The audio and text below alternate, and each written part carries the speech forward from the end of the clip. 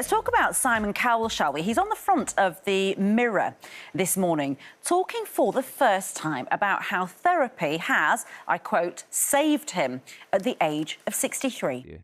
Well, the journalist who is speaking to Simon there is Tom Bryant, and he joins me now alongside our Dr Amir. Good morning to both of you.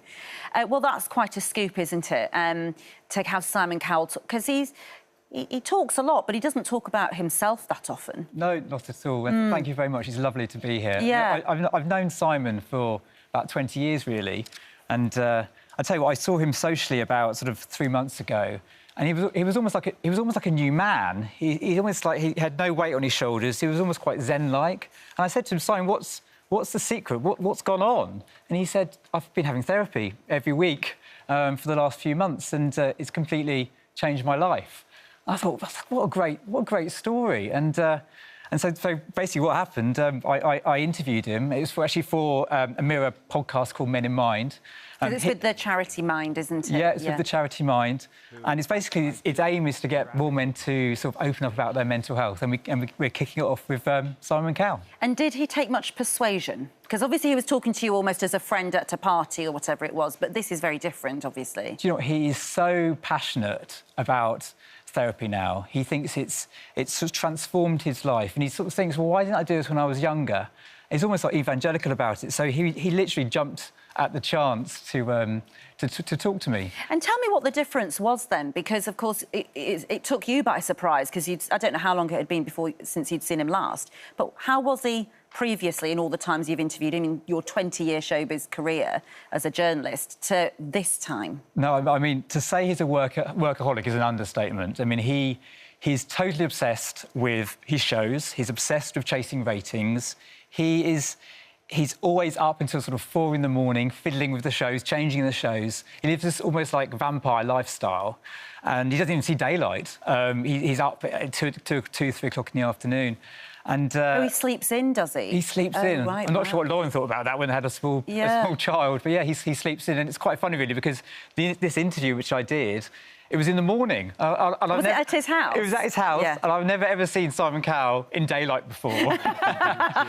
That's incredible. And were you taken by what bits of this podcast, which of course we can all hear for ourselves, which bits really were there any bits that took you by surprise that made you go, wow? I think when he talked about his sort of experiences during the pandemic, I mean, he was really emotional. He was really emotive. Like a lot of people suffered with the mental health during the pandemic, but Simon seemed to have a really sort of visceral, extreme reaction to it, where he thought he was going to die, he thought his loved ones were going to die, he spoke to doctors all the time, he got tested 1,000 times. So it was a really extreme reaction. Yeah. And when it came to the end of the pandemic, and he thought, do you know what? I need to look at my mental health. Something's not quite right. And that's why he had therapy. And he's, as I said, he's so enthusiastic about it. And he really wants to get across the message that, you know, a lot of people think therapy is quite an extreme course of action to have. Men particularly, you might say, yeah. Yeah, absolutely. But what he's saying is, you know, it's suitable for anybody at any stage in your life. You know, it's like an MOT, basically, for your brain. But I suppose people can feel very vulnerable and sort of exposed in that situation, can't they? Which is why many sort of recoil from the idea of it. And let's bring in Amir here. It's really interesting to hear from Tom there that it was sort of COVID, a sort of obsessive feeling of fear that felt very, very overwhelming, that then he couldn't really shake off. As the world opened up, he still couldn't quite shake off that fear. And I think that will actually resonate with many, many people.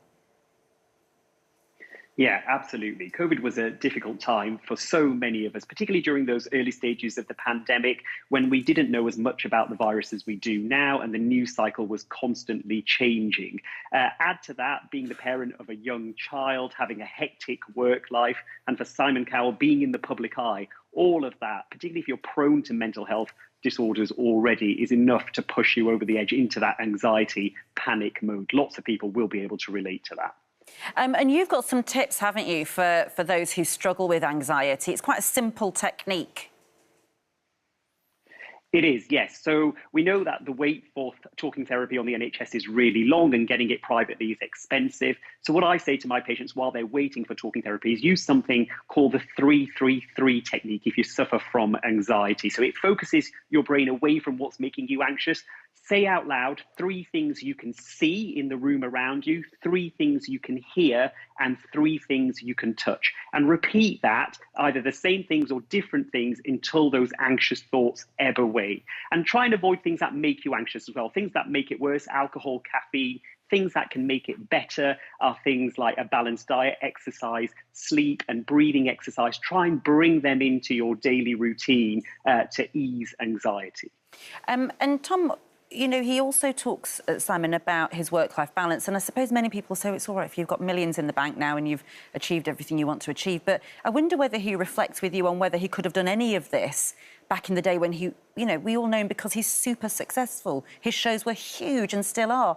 So I wonder whether this is something that can only come later in life, and whether he could have really inserted this healthy vision of himself earlier on or not. I think he looks back on those really stressful periods in his life and wishes he had spoken to someone about it. Right, he does, yeah. It's really interesting. And also he says now that, now he's had therapy, now he can see his career going on even longer. Oh, wow. Yeah, even for the next sort of 10 years. Bearing in mind he's 63 now, we could be seeing Simon into his mid-70s. Is that a good thing? I'm sure it is a very good thing, actually. But it's interesting as well because he talks about his bouts of depression on and off, which I hadn't really known about. I don't follow his career in depth in the way you do. But was that something that you'd known 20 years ago when you met him, or over the years you met him? Did you know that this was part of his character? Do you know what? It took us all a bit by surprise, to be honest, when he talked about his bouts of depression. And we knew he was a workaholic. We knew he sort of burned the candle at both ends. But and obviously he was really obsessive with work. But in terms of the depression, no, that was a new revelation in many respects. And you've got a series of men. Is it all men? Yep, it's all men. And who else have you got? Can you tell us who else is in the series? So you've got Simon Cowell as your first one, which is out. Simon Cowell's the first one. We've got Matt Willis as well, who's from Busted. Yeah. Really interesting story about addiction and sobriety. And we've got Greg Wallace from MasterChef as well. Oh, fantastic. And then you've got another couple. Fantastic. And it's called Men in Mind. Yeah, all right. Well, that is really, really interesting. Thank you so much. It's called Men in Mind, a brilliant series of podcasts. Congratulations on getting Simon Cowell. It's a big scoop, but a really healthy one, actually. Thank you so much.